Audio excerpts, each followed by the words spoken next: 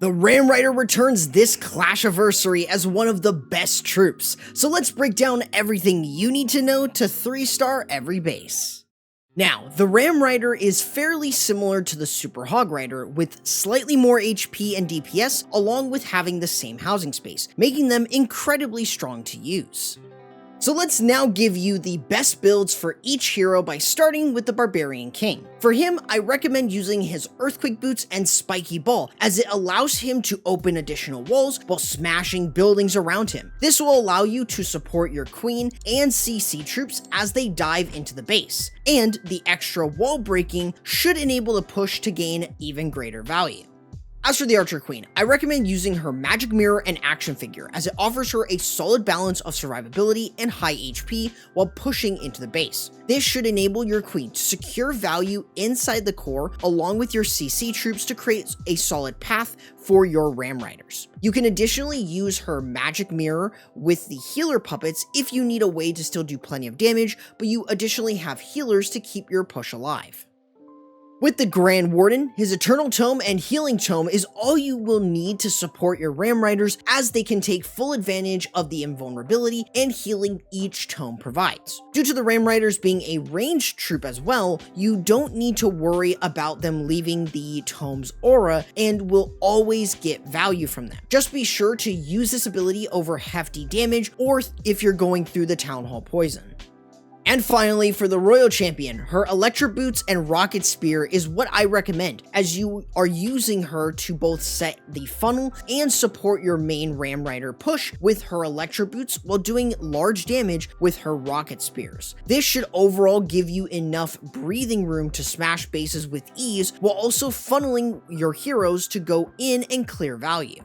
As for pets, here are the optimal pets that I would take depending on your Town Hall level. These will support your heroes no matter their objective to help you obtain simple 3-stars. Now, when using this strategy, you want to start with the Royal Champion charge. You want to use your invisibility spells every 4 seconds to keep your Royal Champion from taking too much damage, while also using her to set a solid funnel for your heroes. With her Electro Boots, you don't need to worry about turning defenses invisible, since you will always be able to destroy them as long as she's within range. Once you have exhausted all of your invisibility spells, however, you can recall her back into your army to be used later on.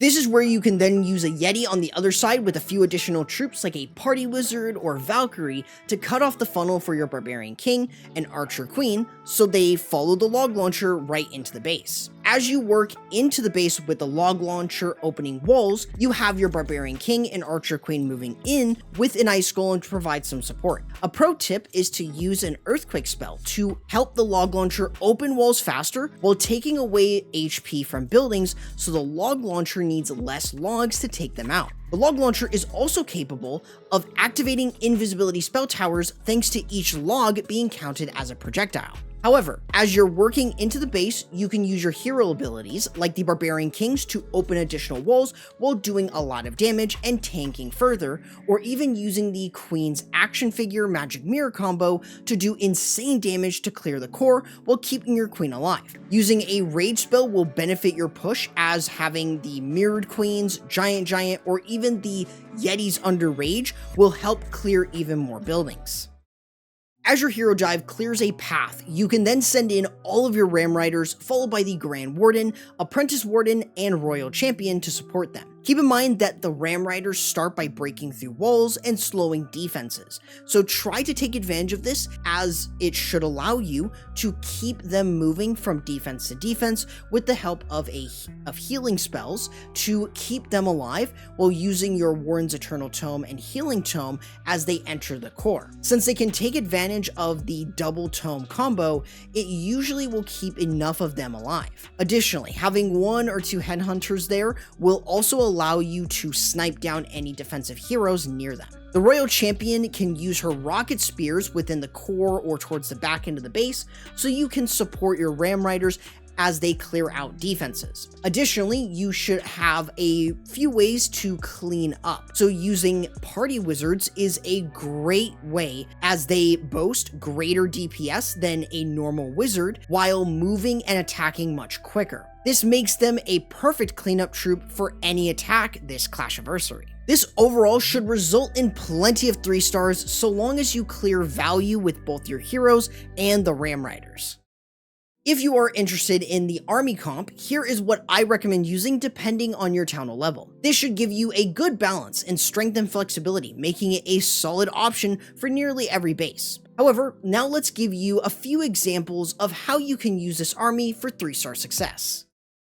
So, to keep things fairly simple, in this example, we're using a Royal Champion charge to start off. Since we don't have the Spirit Fox here at Town Hall 15, we're going to have to use our invisibility spells for the most part back to back. This way, this allows us to set up a fairly solid funnel without taking too much damage. This is why we're taking the Unicorn, so we get at least some passive healing while we're underneath the invisibility. But once we expire them all, we can recall her out. Other than this, we can then cut off the funnel with a Yeti on one side, a few party wizards to provide a little bit more support. Just make sure that they don't get targeted or else they're going to die fairly quickly. But then once a solid funnel is set for your king and queen, you can send them in with an ice golem to provide even more support as you start to dive in with the log launcher and obviously your barbarian king and archer queen. Using an earthquake spell there allows you to get through those walls a little bit quicker, and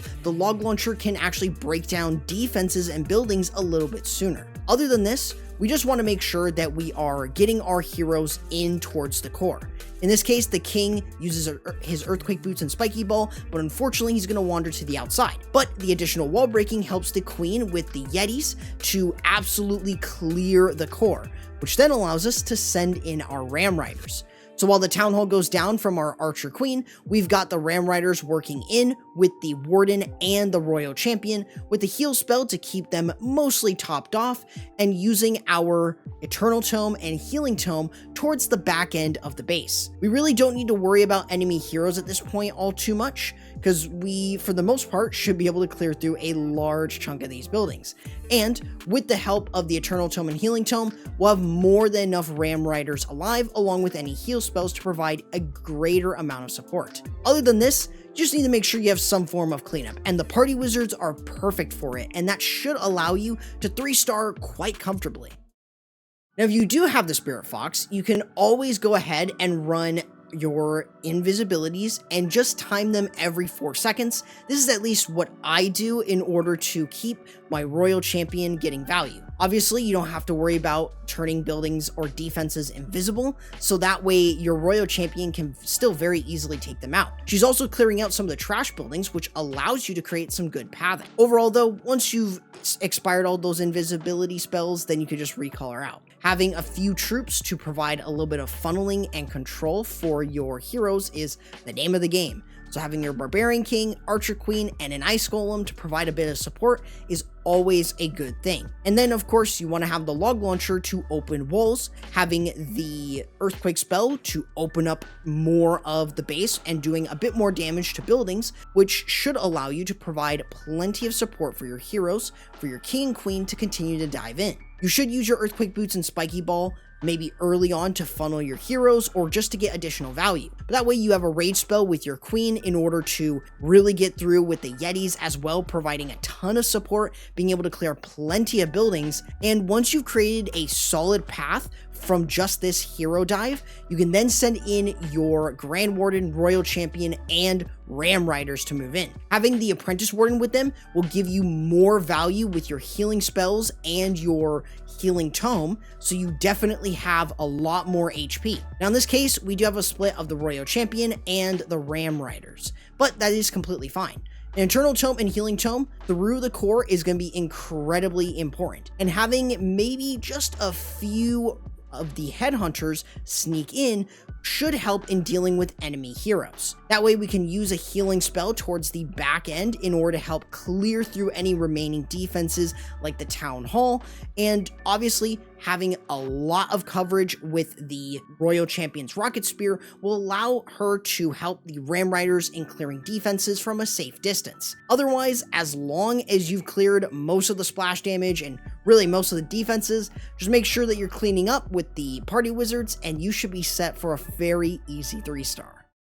Ram Riders are just such a strong and fun troop, enabling you to earn plenty of 3-stars if you can set them up with a solid Royal Champion charge and hero dive. However, if you want to check out what the best hero equipment are, I recommend checking out this video right here.